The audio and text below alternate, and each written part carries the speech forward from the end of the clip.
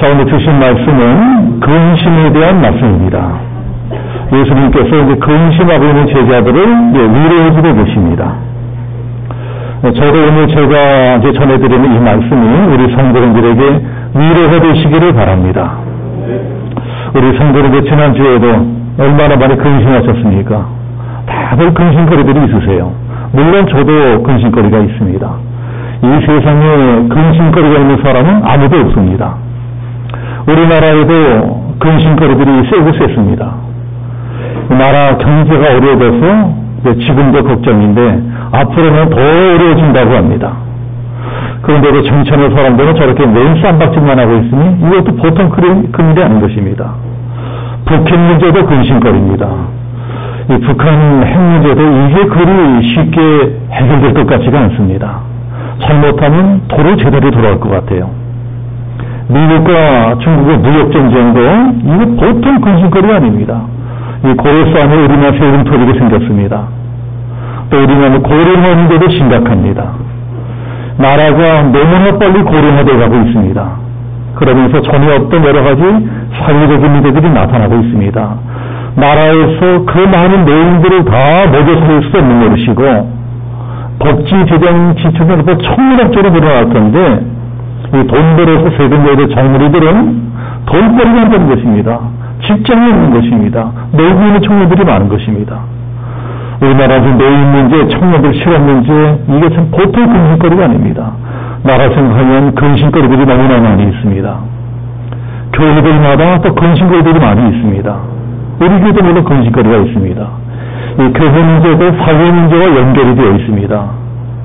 교회들이 급속히 고령화되고 있습니다. 우리 교회도 고령화되고 있어요.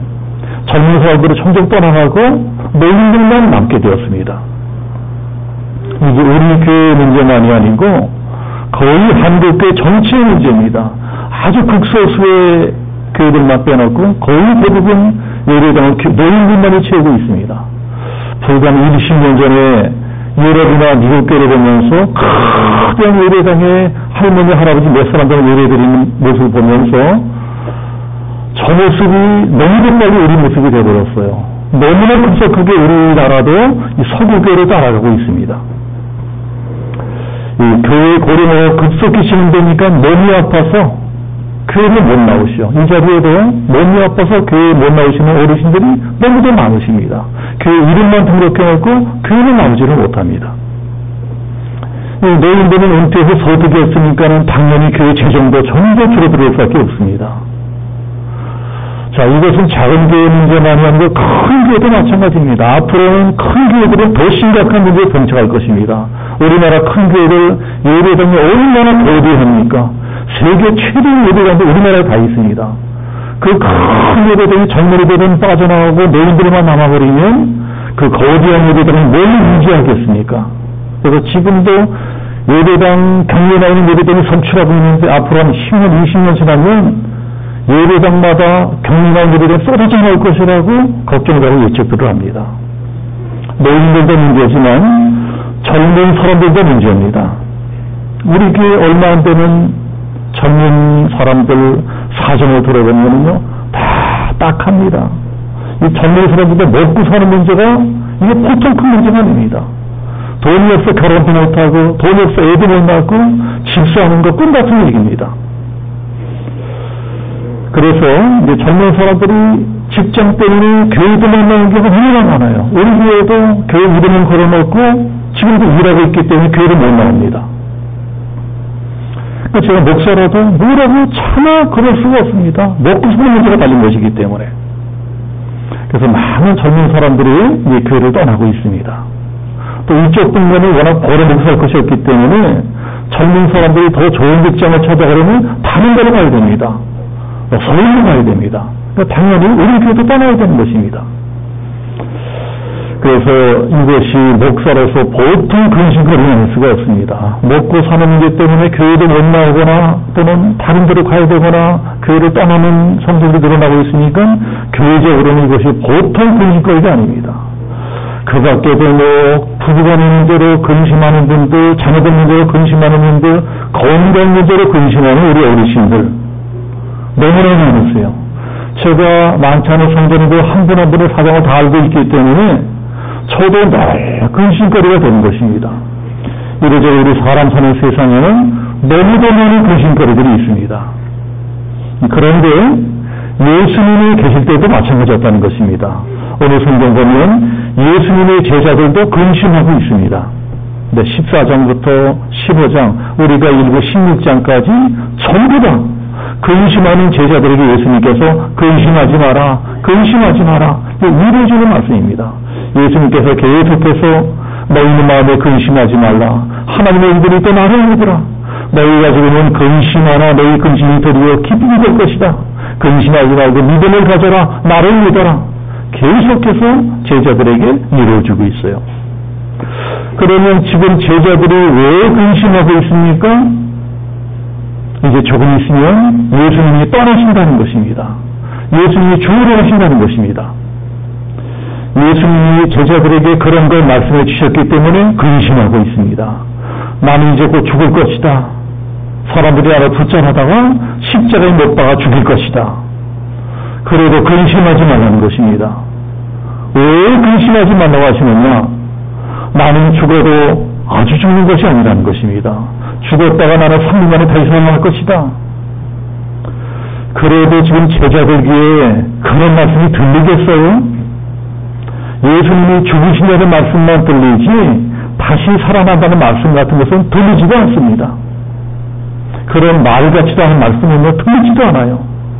또 믿어지지도 않고 그저 예수님이 우리들을 떠나가신다, 죽으러 가신다, 그 말씀만 듣고 그저 땅을 꺼져라 근심하고 있는 것입니다. 그건 사실 당연한 일입니다. 그런 소리 들으면 누구나 근심하게 되어 있습니다. 그런 말을 듣고도 아무 근심도 되지 않는다면 그 사람은 머리가 좀 나쁜 사람이거나 좀 오히려 좀 비정상인 사람입니다. 정상적인 생각하는 사람이라면 그런 말씀 들으면 걱정하게 돼 있어요. 제자들은 3년 동안 예수님을 따라다녔습니다. 직업도 버리고 가정도 버리고 다 버리고 예수님께 오르는 것입니다. 예수님이 구세주라고 믿었기 때문입니다. 예수님은 우리 민족을 구원할 메시아다. 예수님이 일으키시는 이 놀라운 기적들을 보니 정말 메시아다. 처음만에 우리를 구원하고 우리도 예수 때문에 살아날 것이다. 그러고 따라다녔습니다. 그런데 이제 보니 완전히 멍잡게 생긴 것입니다. 예수님이 갑자기 거울대는 말씀을 하시는 거예요. 만약에 죽어야 된다는 것입니다. 너희들을 떠나야 된다는 것입니다. 그러면 나는 어떻게 되느냐? 우리는 어떻게 되느냐? 우리는 예루살렘에다 처방하놓고 돌아가시면 우리는 뭐가 돼? 예루살렘에는 예수님 미워하는 무리들, 제사장, 바리새인, 서기관을 의무를 합니다. 사자 같은 경우는 의무를 합니다. 근데 우리를 여기다가 남겨두고 자기만 가버리면 우리는 뭐가 돼? 우리까지 목숨을 주는 것이 아니냐? 그러니까 근심 걱정이 태산입니다. 예수님이 그런 걸 모르시겠습니까? 다 알고 계세요. 그래서 내가 십자가 질 때 지더라도 얘네들이 좀 붙들어줘야 되겠다. 어떻게든 제자들의 근심을 덜어주려고 애를 쓰시는 것이 우리가 읽은 말씀입니다. 여러 가지 말씀을 하시는데 그 중에 가장 중요한 말씀이 무엇일까요? 기도해라. 너희들이 근심하는 만 내가 다 한다. 너희들이 근심하는 거 내가 다 이해하고 있다. 그러나 근심을 조금이라도 덜 하고 싶으면 기도해라. 예수님께서도 이 세상에 오셔서 우리 사람들을 바라보니까 우리 인생들은 어쩔 수 없이 근심할 수밖에 없는 존재라는 것을 아셨어요. 그래서 어떻게든지 근심을 조금이라도 덜 할 수 있는 노하우를 가르쳐 주시는데 그것이 바로 기도입니다. 근심을 아주 안 할 수는 없겠지만 그래도 조금이라도 근심을 덜 하고 싶으면 너희들 기도해야 된다. 우리 인생 자체가 근심 걱정입니다. 우리들은 태어나서 죽는 순간까지 계속 근심 걱정하고 살아갑니다. 근심 걱정은 마치 우리들의 숙명 같은 것입니다. 숙명. 네, 그래서 제가 도대체 근심이라는 말뜻이 무엇이냐 하고 사전을 찾아봤어요. 네, 국어 사전을 찾아봤더니 이렇게 나와 있더라고요. 좋지 않은 일이 생길지도 모른다는 두렵고 불안한 마음. 이게 근심이래요. 예, 그러나 제가 생각하기에는 그거는 반만 맞는 것 같습니다. 좋지 않은 일이 생길지도 모른다고 근심하는 것도 근심이지만 이미 안 좋은 일이 생겨버렸어. 안 좋은 일이 터져버렸어. 그래서 이걸 어떻게 해야 되나 안절부절 하는 것도 이것도 근심이에요. 우리는 앞으로 생길지도 모르는 일만 놓고 근심하지 않습니다. 안 좋은 일이 터져버렸을 때도 근심합니다. 대안이 터지게 근심합니다. 머리싸움에도 근심합니다. 그래서 이 세상에는 근심에 대한 명언들이 많습니다. 어떤 사람이 근심에 대해서 이러한 명언을 남겼더라고요. 이 세상에서 가장 행복한 사람은 낮에는 너무나 바빠서 근심할 틈이 없고 밤에는 너무나 피곤해서 근심할 틈이 없는 사람이다. 명언 같죠? 맞는 말 같습니까? 언뜻 들으면 맞는 말 같지만 제가 생각하기엔 이것도 반쪽짜리입니다. 우리 인간들은 아무리 바빠도 근심거리를 잊어버리는 법이 없습니다. 바쁘다고 근심을 잊어버립니까? 근심거리가 있으면요 밤에 잠도 잘 자지를 못합니다. 억지로 잠을 자도 꿈에서 악몽을 꿉니다. 빚 때문에 근심하는 사람은 꿈에서도요 빚쟁이가 쫓아와요.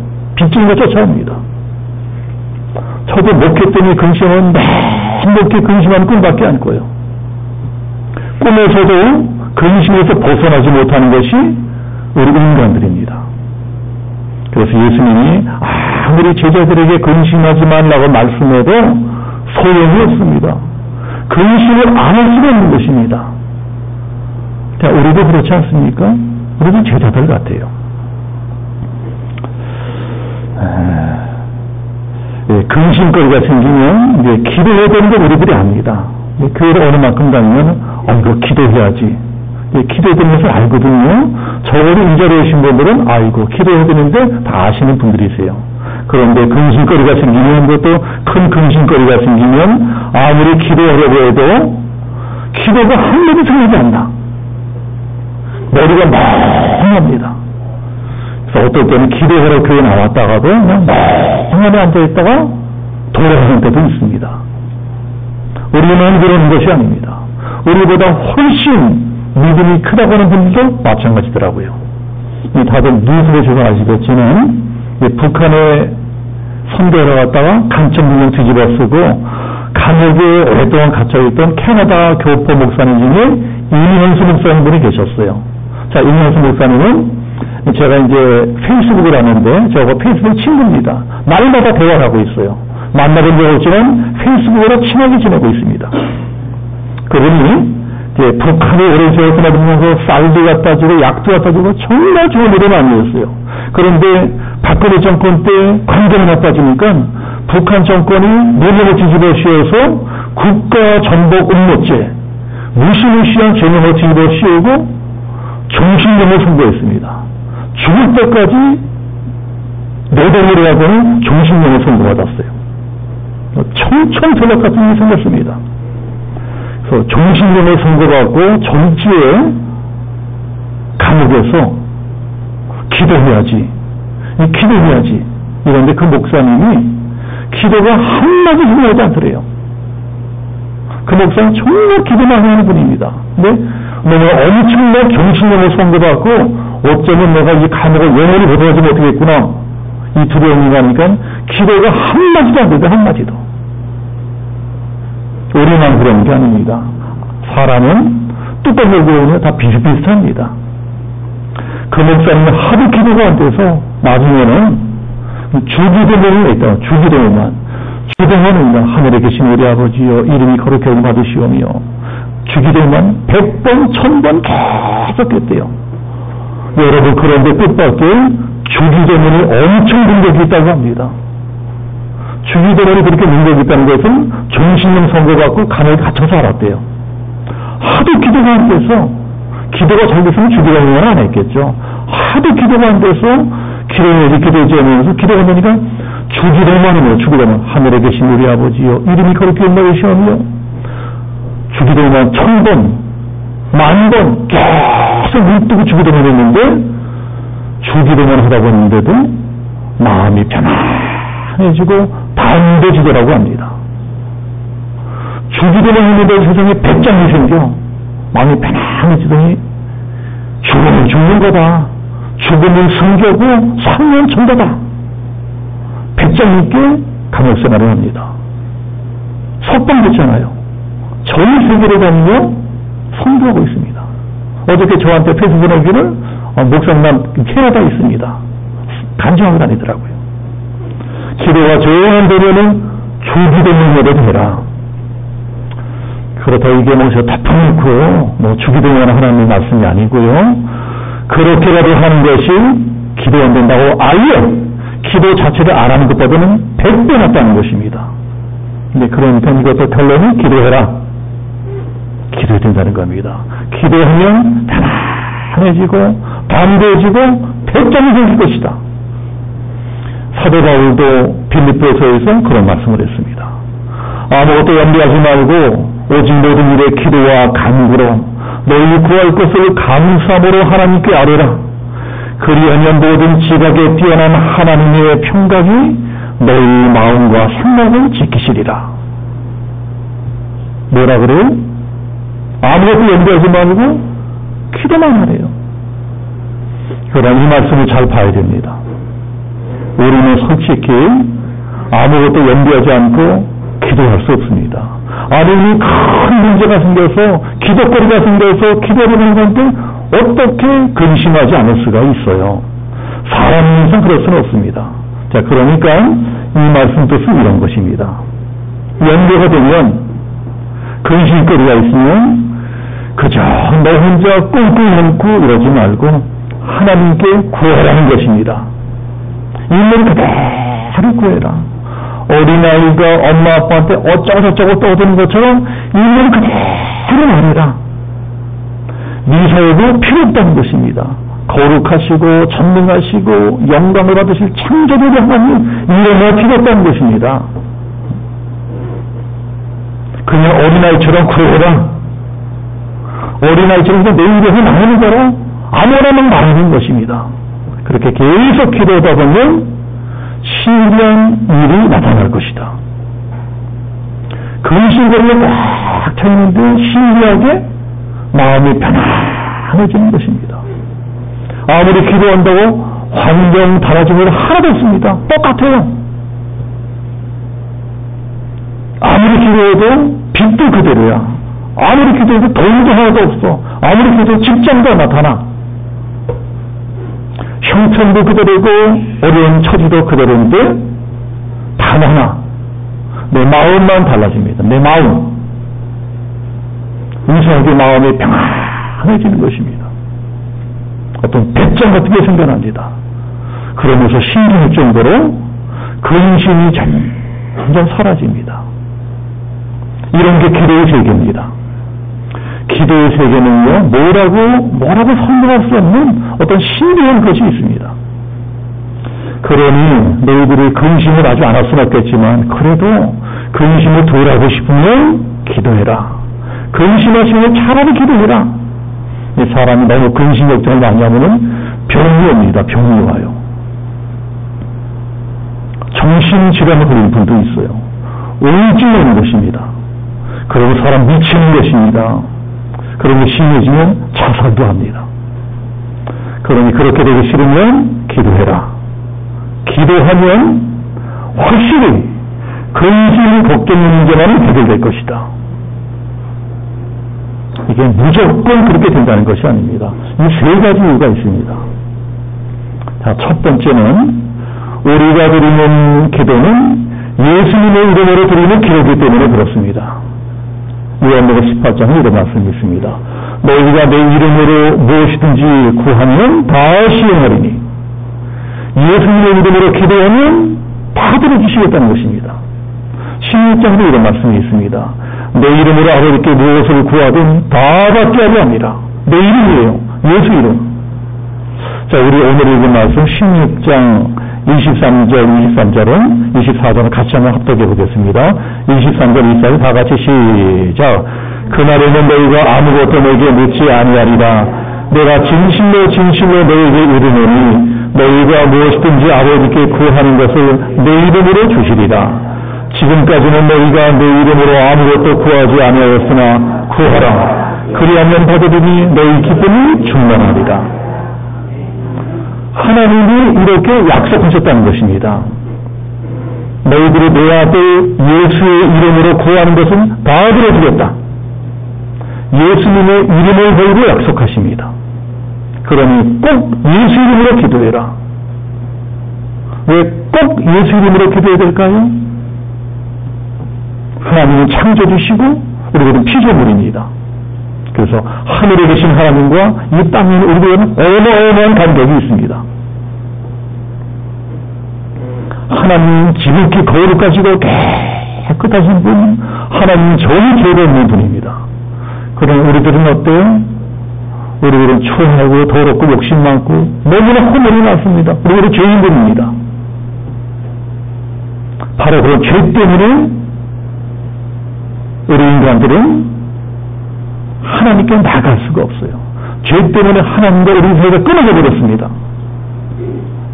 우리 인간들은 죄를 지었기 때문에 죄 없이 거룩하시고 깨끗하신 하나님 앞에 이 죄를 가지고 나갈 수가 없습니다. 죄가 하나님과 우리 사이를 가로막고 있습니다. 그런데 하나님이 하나님과 우리 사이에 다리를 놓아주셨다는 것입니다. 우리는 그 다리를 통해서만 하나님 앞으로 나아갈 수가 있습니다. 그 다리가 뭐예요? 중보자 예수 그리스도입니다. 예수는 십자가로 하나님과 우리의 다리가 되어주셨습니다. 그래서 우리들은 십자가를 밟고 하나님 앞에 나가는 것입니다. 우리 대신 피 흘려 죽으신 예수님의 몸을 짓밟고 하나님 앞에 나가는 것입니다. 디모데전서 2장 이런 말씀이 있습니다. 하나님은 한 분이시요 또 하나님과 사람 사이의 중보도 한 분이시니 곧 사람이 된 그리스도 예수라. 예수님만이 하나님과 우리 인간들 사이에 다리를 놓아주신 유일한 중보자라는 것입니다. 예수님만이 하나님께 나가서 유일한 길이다. 그래서 예수님께서 내 이름으로 기도해라. 예수님 이름으로 기도하라고 말씀하십니다. 내가 그 길이요 진리요 생명이다. 아무도 나를 만나지 않고는 아버지께 나갈 자가 없다. 우리가 불교처럼 불상 앞에서 뭐 1000번, 10,000번 기도한다고 기도 응답되는 것 아닙니다. 신부교처럼 예배하고 고행하고 금식한다고 기도 응답되는 것 아닙니다. 기도 응답받고 싶으면 예수 이름으로, 예수님의 이름으로 기도해야 됩니다. 하나님께 드리는 모든 기도는 예수님의 이름이 붙어야 됩니다. 예수님만이 나의 중보자도 믿어야 돼요.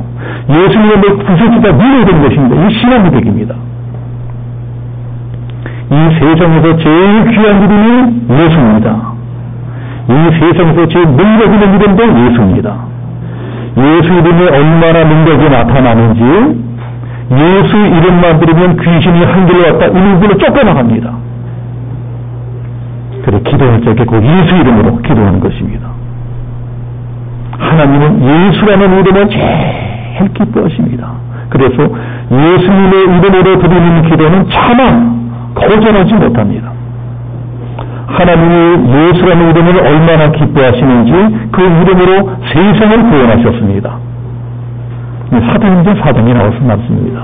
다른 일에서는 구원을 얻을 수 없나니 천하 만민의 구원을 얻을 만한 다른 이름을 우리에게 주신 일이 없습니다. 예수 이름에만 구원이 있다는 것입니다. 다른 종교에서 아무리 기독교는 독설이다 공격해도 어쩔 수 없습니다. 이게 성경이 우리에게 가르치는 유일무이한 진리입니다. 자, 두 번째, 무엇인지 기도해라. 무엇인지 기도하는 것입니다. 자, 이것도 약속입니다. 자, 요한복음 14장, 15장, 16절 계속 이런 말씀을 합니다. 무엇이든지 구해라. 자, 여기 나오는 무엇이든지 이 말씀이 뭘까요? 이 말씀은 헬라어로 보면 티안이라고 합니다. 티안. 자, 티안이라고 하는 말은요, 이런 뜻이에요. 가려서 듣지 않겠다. 내가 너희들의 기도를 가려서 듣지 않겠다는 뜻입니다. 그러니까 무엇을 기도해라. 이것은요, 너희들이 뭘 기도하지 무조건 응답해줄 이런 뜻이 아닙니다. 그것이 아니고요, 우리가 기도하는 내용은 너희들이 기도하는 내용이 어떤 내용이든 가려서 듣지 않고 다 드러내주겠다. 이런 뜻이에요. 다 드러내주겠다. 우리가 다 완벽하게 기도합니까? 우리 잘못 기도하는 것도 많아요. 잘못 판단하고 잘못 기도합니다. 잘못된 걸 열심히 기도해요. 우리가 어떻게 하나님의 뜻을 알 수 있겠습니까? 우리가 어떻게 하나님의 마음을 다 헤아릴 수가 있겠어요? 솔직히 하나님의 뜻을 나는 100% 다 알고 있다. 나는 하나님의 뜻을 100% 알고 기도한다. 이런 사람은요, 저 맛이 간 사람들은 도라이입니다. 아무도 그런 완벽한 기도를 드릴 수 없습니다. 그런 사람이 어디 있어요? 그래서 사도 바울도 로마서 8장에서 이런 말씀을 하십니다. 우리가 마땅히 빌 바를 알지 못하나 오직 성경이 말할 수 없는 탄식을 우리를 친히 간구하시느니라. 마땅히 빌 바를 알지를 못한대요. 누구 말이요? 사도 바울의 말이요. 사도 바울, 내가 어떻게 기도할지 모르겠다. 이런 뜻인 것입니다. 우리도 때때로 도무지 내가 뭘 어떻게 기도해야 되나, 이럴 때 어떻게 기도해야 되나, 하나님의 뜻을 알지 못해 헤맬 때가 있습니다. 바울 같은 분까지 이랬는데 우리는 오죽하겠어요. 이게 도무지 하나님의 뜻인지 아닌지 알 수가 없는 것입니다. 사도 바울도 헷갈렸습니다. 사도 바울 같은 위대한 사도까지 헷갈렸으니 저같이 무능한 개척교회 목사야 뭐 말할 것도 없습니다. 저도 어떨 때는요, 도무지 이게 하나님의 뜻인지 저게 하나님의 뜻인지 몰라서 헤맬 때가 많습니다. 이 마음의 근심 걱정에서 더 심해요. 그래서 도무지 뭘 어떻게 기도할지 모르겠는 것입니다. 그러나 우리 성경 보면은 그럴 때는 성경이 직접 도와주겠다는 것입니다. 내가 전혀 생각하지 못하는 기도를 생각할 때 도와주신대요. 지혜를 주십니다. 잘못된 기도 바로 잡아주십니다. 빠뜨린 기도 생명을 해주십니다. 그래서 우리들은 아이고 하나님이 얼마나 바쁜 분인데 이런 시시한 기도까지 들어주시겠어? 이런 유치한 기도 들어주시겠어? 이러지 말고 피한 내가 가리 잡고 들어주겠다. 그러니까 아무거나 기도는 다 해라. 기도는요, 아이고 이거 들어주겠어? 이건 혹시 모르겠다. 가려서 할 필요 없다는 것입니다. 하나님은요 큰 기도만 들어주시지 않아요. 유치한 기도, 시시한 기도라고 안 들어주신 것도 아닙니다. 어떤 기도라도 아예 안 하는 것보다는 100배 하는 것이니 무슨 기도라도 일단 해라. 일단 시작해라. 그러면 성령께서 하나하나 정지해 주십니다. 틀린 기도는 점점 약해지게 하세요. 열심히 기도를 자꾸 잊어버려. 생각 안 나게 하십니다. 잘못된 기도는 잘못 구하는 것입니다. 근데 어떤 기도는 아이고 이게 될까 하고 시작했는데 이상하게 기도인데 기도가 점점 강력해져. 강력한 기도가 나옵니다. 너 기도 안 될 것 같지만 내 뜻이야. 계속 기도해. 성령이 내려서 점점 강력한 기도를 하십니다. 다 이렇게 도와주시는 거예요. 때가 되면 도저히 안 될 것 같은 기도도 이루어주세요. 내가 기도 때문에 더 크고 더 좋은 것으로 갚아주십니다. 이게 다 기도하니까 그렇게 된 것입니다. 기도하니까. 아예 아무 기도조차 안 하면 여러분 아무 일이 안 나타나요. 아무 일이 안 나타납니다. 그래서 우리는 기도해야 된다는 것입니다. 자, 마지막 세 번째. 기도하다 보면 어떤 확신 같은 게 있는 때가 있습니다. 하나님 내 기도 응답해 주시겠다. 이런 확신이 오면서 이상한 기쁨이 생깁니다. 기뻐할 건덕지 전혀 없어요. 내 환경에 뭘 기뻐할 게 있어요. 근데 기도하다 보니까요, 마음에 기쁨이 생겨, 기쁨이. 이 자리에 기도하시는 분들은 제가 드린 이 말씀이 뭔지 아실 것입니다. 기도하는 기도만 할 수 있어요. 마음이 이상하게 이끌어집니다. 막 찬양도 흘러나옵니다. 내가 지금 찬양할 상황이 아니거든요. 내가 찬양을 하는 것입니다. 이것은 기도인들이 멀지 않았다, 이런 뜻이에요. 하나님의 사인입니다. 이걸 아셔야 됩니다. 그런 사인일 때까지 계속 기도해야 됩니다. 정말 딱한 분들 많으세요. 이 새벽 기도 같은 때 어떤 분이 작정하고 열심히 나오시다가 대신 뭐가 돼? 하나가 돼. 기도 포기하세요. 그대로 살다 죽으셔야 됩니다. 아무것도 안 일어나요. 사람이 의지가 있어야 됩니다. 물깃자 물러야 돼요. 기도를 시작하면 뿌리를 들어가야 됩니다. 내 운명을 바꾸는 것입니다. 기도가 내 운명을 바꿉니다. 돈이 바꿔주는 게 아니에요. 물론 우리가 처음에는 막 근심하면서 걱정하면서 기도할 수 있습니다. 아이고, 내가 기도를 한다면 이게 응답되겠나? 이게 되겠나? 의심이 들 수도 있어요. 그래도 포기하지 말고 계속 기도해야 됩니다. 기도가 잘 되든 안 되든 핑계댈 것 없어요. 기도가 잘 되든 안 되든 계속하는 것입니다. 하나님이 이 기도를 들어주실까? 아이고, 이게 될까? 의심이 되든 말든 중요한 것은 끝까지 기도하는 것입니다. 근데 끝까지가 언제예요? 끝까지가 언제예요? 내 마음속에 이상 같은 확신이 생겨. 환경을 보고 형편을 보면은 이게 도무지 될 게 아닌데 기도 가운데 이상하게 될지도 모르겠다. 될지도 모르겠다. 확신이 생겨요. 그럼 그 다음에는요, 반드시 내 마음속에 기쁨이 생겨납니다. 기쁨이 생겨납니다. 내 마음에 기쁨이 생기면 어떻게 돼요? 근심은 사라집니다. 이 세상에 기뻐하면서 근심하는 사람이 있어요? 그런 사람은 없습니다.